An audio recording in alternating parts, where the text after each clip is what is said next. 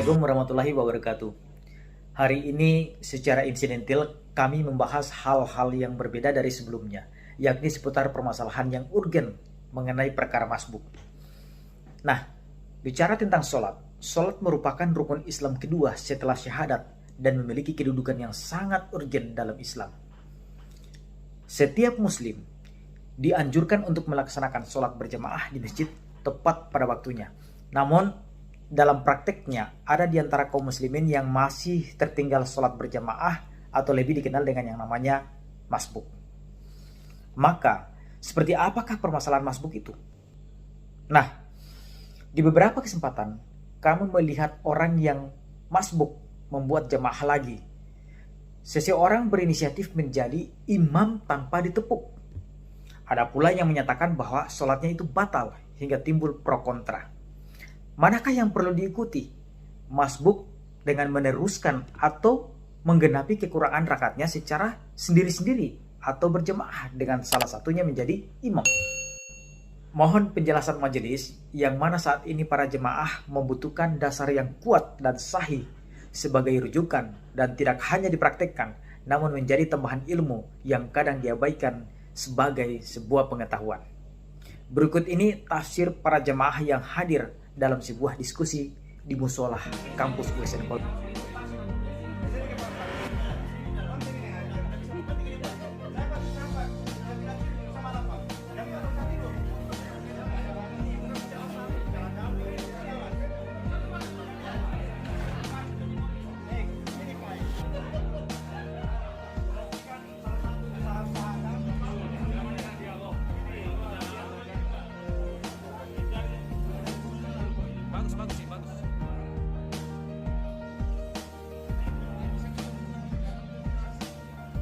Assalamualaikum warahmatullahi wabarakatuh. Pembicaraan kita ini santai tapi ini penting karena ini termasuk persoalan kita bersama. Ibadah penting, ibadah pokok dalam sholat. Kasusnya seperti ini. Jadi Pak WR3, Pak Dr. Rahman Lamo masbuk dengan Imam Pak Prof. Ruslin. Pak Misbah juga sama-sama masbuk dengan Pak Jack. Nah, ketiga masbuk ini ketinggalan 2 rakaat dari imam. Nah, Pak Prof imamnya. Begitu selesai 4 rakaat Pak Prof menyelesaikan sholat asar, masih ada 2 rakaat tersisa oleh 3 masbuk ini, yaitu Pak Misbah, Pak Dr. Lamo dan Pak Jack. Dalam konteks ini Pak Misbah punya pemahaman bahwa jamaah terputus kalau tidak ada yang kembali menjadi imam di antara 3 masbuk ini. Maka berinisiatiflah Pak Misbah untuk maju menjadi imam tanpa ditepuk oleh kedua orang ini. Ya. Sampai selesai, tapi Pak Lamo memiliki pemahaman yang berbeda. Dia tidak memposisikan dirinya sebagai makmum dari Pak Misbah karena beliau menyatakan bahwa tidak mesti saya menjadi makmum lagi karena saya sudah bermakmum kepada imam pertama. Saya harus menyelesaikan salat saya sampai selesai 2 rakaat itu. Nah, inilah hal yang perlu kita tengahi. Apakah pemahaman Pak Misbah ini ya sebagai mengambil imam estafet ada dasar hadis yang bisa kita rujuk yang kuat. Karena kalau ini kita tidak dapat penjelasan akan terus terjadi perbedaan seperti itu dan itu bisa kita berdosa. Padahal kita bisa berdiskusi untuk mencari mana yang tepat dasar rujukannya. Ada imam, ada dasarnya yang kuat yang bisa kita jadikan acuan, rujukan hadisnya. Ataukah mengikuti Pak Lamo yang tetap mengatakan bahwa saya sudah mendapat pahala berjamaah walaupun hanya dapat tasahud akhir saja. Karena saya sudah niatkan dan saya sudah dapat itu, berarti saya sudah dapat jamaah, tidak terputus pahala jamaah saya. Nah, sekarang ini yang harus kita berikan pembanding untuk menjadikan dasar rujukan. Tidak ada yang salah di antara keduanya, kita yang belum punya informasi yang kuat tentang dasar rujukan hadisnya. Mungkin Pak Ustaz Arifin bisa memberikan sebelum mungkin Pak itu saya berhasil terganggu kemarin itu karena antara betul atau tidak. Tapi kalau betul apa yang disampaikan terpaksa saya ikut sama misbah. Tapi kalau betul saya ikut dengan kita. Ya sudah ini kita. Ini narasumber yang dan ini tidak terputus bahwa kemungkinan ada narasumber berikutnya yang bisa kita mintai ini. Jadi untuk saat ini kita mendengarkan penjelasan Pak Ustaz Arifin untuk memberikan penjelasan yang terkait kasus yang tadi kita bicarakan. Harus usaha Pak Misbah, karena Pak Misbah kan dia sudah melakukan, terus juga dia sudah kasihkan kita referensi tentang hal itu. Nah, referensi yang ini saya baca-baca juga, tapi saya belum paham dia tentang hal itu. Nah, makanya mungkin kita minta juga pendapatnya. Pak Misbah itu seperti apa, setelah itu lah baru kita jelaskan. Baik Pak, dengan hukum. Konteksnya kita sudah jelaskan. Nanti setelah Pak Ustaz Arifin tapi dijelaskan ulang dasarnya, maka gilirannya Pak Misbah untuk memberikan penjelasan kembali. Nah, silakan Pak Ustaz Arifin yang terhormat. Berkenaan dengan masbuk Pak ya. Sekarang kita kembali kepada definisi masbuk sendiri. Dikatakan masbuk adalah orang yang tidak mendapatkan takbiratul ulanya imam. Dia adalah masbuk. Kemudian pertanyaannya adalah, bolehkah mengangkat seorang imam ya bagi orang sudah masbuk gitu ya. Kalau dalam fikih yang berjudul itu dalam bahasa Indonesianya adalah sudah benarkah ibadah Anda? Ini para ulama ini ada yang mengatakan bahwa tidak mengapa ya mengangkat seorang imam yang dalam keadaan masbuk gitu ya. Itu apabila itu memang dibutuhkan supaya dia bisa mendapatkan itu daripada sholat berjamaah, kan seperti itu. Nah, dan juga ada itu yang mengatakan bahwa ya tidak boleh ada dalam satu masjid yang sudah didirikan ya untuk sholat berjamaah itu kemudian mendirikan sholat berjamaah yang berulang lagi. Itu ada yang mengatakan yang seperti itu. Nah, itu semuanya adalah masih kontroversi di antara para ulama. Ada yang membolehkan dan ada yang tidak membolehkan. Ya. Adapun ulama-ulama yang membolehkan ya bolehnya seorang yang kondisi masbuk itu boleh dijadikan sebagai imam. Sebagai imam dengan syarat ya memang bila dia tidak mendapatkan daripada sholat jamaah ya yang pertama itu tadi yang didirikan oleh seorang imam, itu boleh gitu.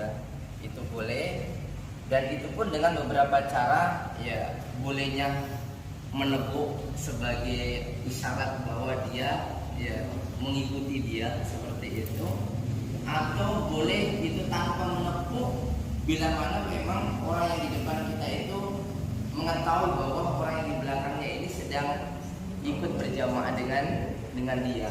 Dan dalam masalah ini enggak gitu. Jadi pada dasarnya adalah boleh orang yang masbuk itu untuk dijadikan imam oleh orang yang masbuk berikutnya, itu boleh. Ya, selama hal itu artinya dalam keadaan tidak mengganggu. Seperti itu. Artinya mengerti bahwa orang yang dijadikan imam itu dia tahu. Gitu, jangan sampai orang yang dijadikan imam itu tidak tahu. Ya, seperti itu. Sehingga dengan itu pula juga ada riwayat juga bolehnya kita juga mengangkat seorang imam orang yang sudah selesai sholat. Itu boleh juga. Misalkan saya sudah sholat, tiba-tiba Pak Fikar mau sholat. Ya, dia belum sholat berjamaah. Ya, makanya dia mengajak saya untuk berjamaah. Ini boleh. Ya, lah.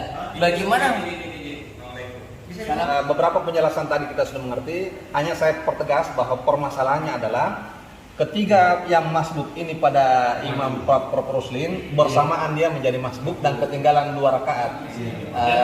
Ketinggalan 2 rakaat. Pak Prof sudah selesai.